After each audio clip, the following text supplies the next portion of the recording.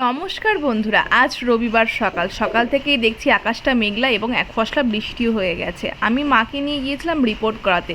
মা তো বাড়ির থেকে বেরোতে পারছে না, কদিন শরীর খারাপ, আর চাইলেও বেরোতে পারে না কাজের জন্য। আজকে যখন বেরিয়েছে তা মা বলল আসার সময় নার্সারির থেকে কটা গাছ নিয়ে আসবো।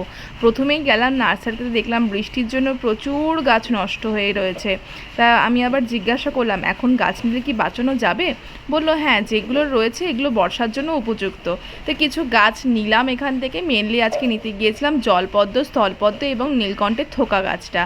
জলপদ্ম গাছটা আমাদের নেই, কিন্তু মা চাইছিল নিয়ে আসতে, কিন্তু অনেক রকম জিনিস যেগুলো লাগে, মা সার, গোবর সার, পলি মাটি, যে সমস্ত মাটিগুলো লাগে এখনও পর্যন্ত অ্যারেঞ্জ করা নেই, সেগুলো মা বললো অ্যারেঞ্জ করে নিয়ে তারপরে জলপদ্ম গাছ নেবে। তারপর ওখান থেকে আমরা গিয়েছিলাম স্থলপদ্মের চারার ওখানটায়।